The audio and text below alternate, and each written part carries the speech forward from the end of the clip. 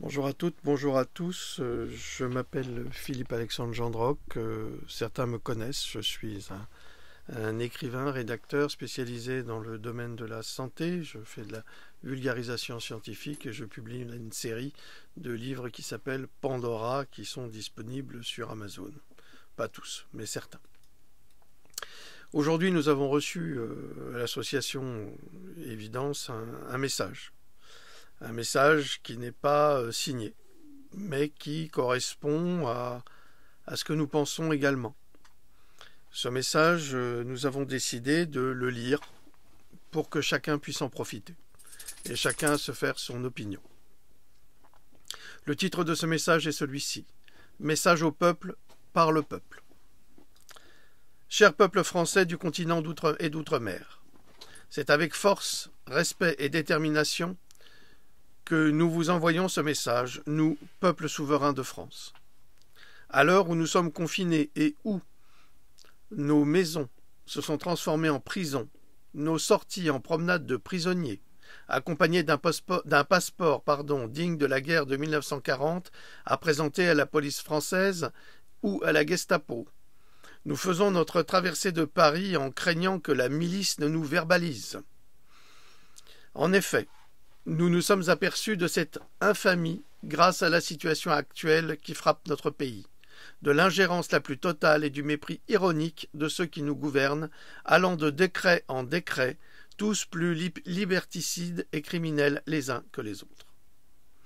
Les lois sur les soins, les traitements interdits, la chloroquine qui est distribuée sans ordonnance depuis 70 ans pour de nombreuses pathologies, alors que celles du Covid-19, le délire d'un gouvernement qui se fait graisser la patte par les lobbies pharmaceutiques, la réforme des retraites, les ordonnances sur la 5G, faisant de la France le seul pays au monde à accorder autant de privilèges aux entreprises de téléphonie mobile pour nous assassiner avec leurs ondes toxiques, et cela est prouvé scientifiquement.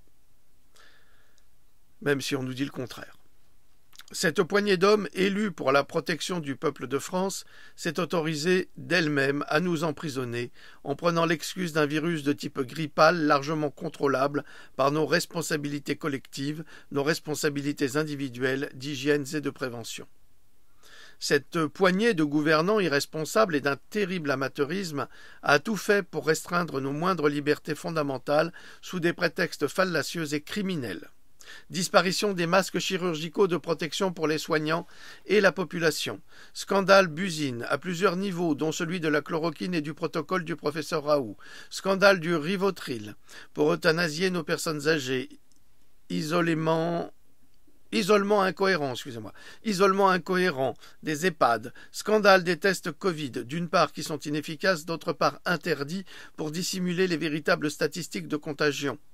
Matériel médical chinois défectueux provoquant des allergies, matériaux moisis, vêtements de protection partant en lambeaux, mettant les hôpitaux français au rang des hôpitaux du tiers-monde, traitements médicaux interdits, dissimulés, jamais évoqués, absence de considération de la maladie épidémique en la traitant n'importe comment. Le Covid-19, une pneumonie, point d'interrogation. Certes non. Des informations provenant de médecins outre-Atlantique précise qu'il s'agit en fait d'une détresse respiratoire liée à un problème d'oxygénation du sang. Cela ressemble à une pneumonie, mais ce n'en est pas une et elle est traitée comme telle. Ignorance volontaire des autorités de santé sur le diagnostic réel de cette pandémie. Nos gouvernants se moquent éperdument de nous, jouant avec la vie du peuple sans le moindre scrupule, laissant mourir des patients alors que des protocoles de soins efficaces existent, tout en continuant à s'inscrire dans leur vieux paradigme de mensonges et d'endettement sans fin, ce qui nous conduit tout droit vers une crise économique et sociale plus dévastatrice encore que celle de 1929. Celle-ci deviendra alors notre véritable pandémie. Il est grand temps pour nous, peuple de France et d'outre-mer, d'exprimer avec une détermination sans faille et sans relâche notre indignation et notre non-consentement à toute cette imposture. Vous qui applaudissez le personnel soignant, soyez dignes d'eux. Ceux pour qui,